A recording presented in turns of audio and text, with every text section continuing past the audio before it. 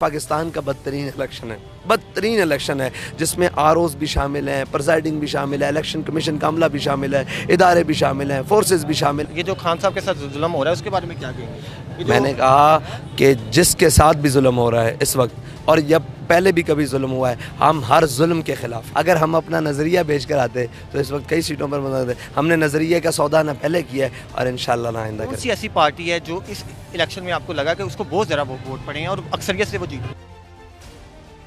السلام علیکم ناظرین، میں ہوں آپ کا ہوسٹ مبین احمد اور میرے ساتھ موجود ہے تحریک لبیک پاکستان کے سربراہ حافظ سعد حسین رضوی۔ یہ بھی کہتے ہیں کہ میرے حق پر بھی ڈاکہ ڈالا گیا ہے، الیکشن کمیشن نے ڈالا ہے۔ آج پنجاب اسمبلی ہال کے باہر موجود ہیں ہم، یہاں پر انہوں نے ریلی بھی نکالی اور یہاں پر انہوں نے خطاب بھی کیا۔ سر بتائیے گا کیا آپ کے ووٹوں پر بھی ڈاکہ ڈالا گیا؟ جی، قوم کے ووٹوں پر ڈاکہ ڈالا گیا، میرے وہ کہاں سے ہیں؟ وہ تحریک لبیک پاکستان کے ووٹ ہیں، پوری قوم کے حق پر ڈاکہ ڈالا گیا۔ دیکھ رہے تھے رات کو کہ آپ اٹک سے بھی جیت گئے ہیں، کافی زیادہ سیٹیں نکالی ہیں آپ نے، صبح اٹھے ہیں تو آپ کی سیٹیں غائب۔ جی ایسا ہی ہے، اور بجلی بند کر کے، دھونس دھاندلی کر کے، فارم 45 دبا کر، اور جہاں تک ہمارے پاس فارم 45 جتنے آ چکے ہیں اور جتنے بقایا رہتے ہیں ان میں مجھے یہ بتائیں کہ 25,000 کا فرق کیسے نکالیں گے، جہاں مطلب 345 فارم ہیں اور وہاں 25,000 کے لیڈ سے ہم جیت رہے ہیں یا 15,000 کی لیڈ سے جیت رہے ہیں، تو باقی 40 فارم 45 میں سے اگر نکلے گا وہ حل تو وہ کیسے نکلے گا؟ اور ہمارے پاس تو لائنیں لگی پڑی ہیں لوگ ہمارے۔ اور پھر دوسری بات یہ ہے کہ جہاں ہم ہارے بھی ہیں، جہاں ہماری پوزیشن دوسری یا تیسری ہے، وہاں پر بھی ہمارے ووٹوں کو کاٹا گیا ہے۔ مثال کے طور پر یہ حلقہ لے لیں، یہ نواز شریف صاحب والا حلقہ، ٹھیک ہے جی، اس میں اتنا ووٹ کاسٹ نہیں ہوا، جی این 130 اتنا ووٹ کاسٹ نہیں ہوا جتنا نکل آیا ہے۔ تو یہ قوم کے ساتھ مذاق کیا گیا ہے، اور یہ میرے خیال سے پاکستان کا بدترین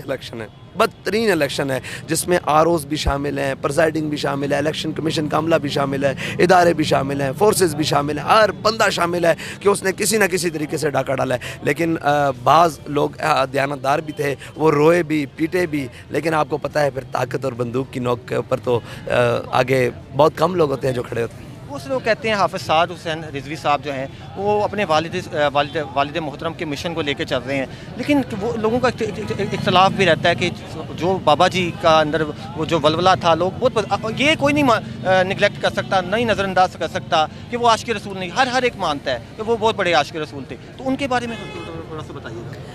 دیکھیں، یہ تو وقت بتائے گا نا کہ ہم کیسی بات کر رہے ہیں اور ہم کسی کے اعلی کار بنے ہیں۔ اگر اعلی کار ہوتے تو اس وقت سیٹوں کی بھرمار ہوتی۔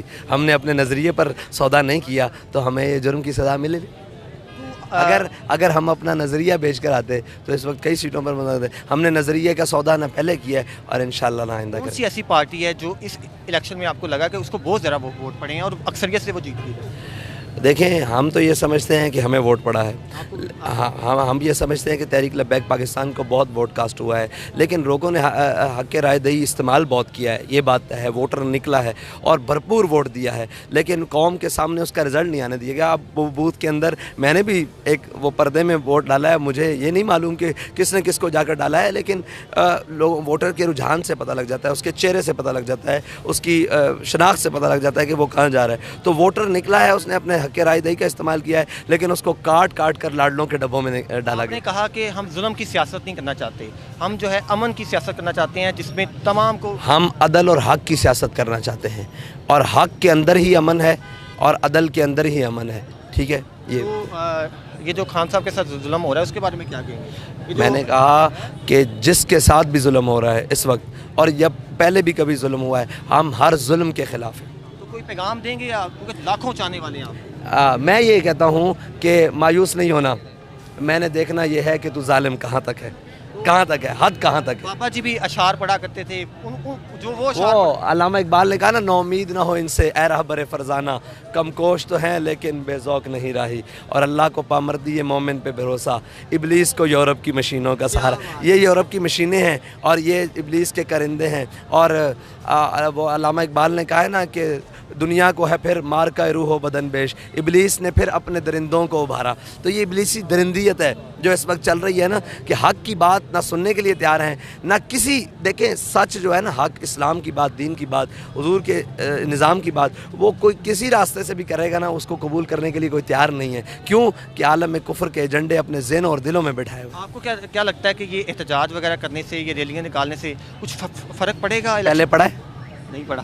نہیں کیوں نہیں پڑھا؟ نہیں آپ کی دہلی سے پڑھا ہے میں، لیکن میں دوسروں کی بات کر رہا ہوں، وہ صرف پارٹی سے دیکھیں ہمارا کام ہے نکلنا، ٹھیک ہے، ہمارا کام ہے صدائے احتجاج بلند کرنا، ہمارا کام ہے ظلم کے خلاف کھڑے رہنا اور حوصلوں کو پست نہ ہونے دینا. تو منزلیں انہیں ملی کرتی ہیں جو بڑے منزلوں کے مسافر ہوتے ہیں.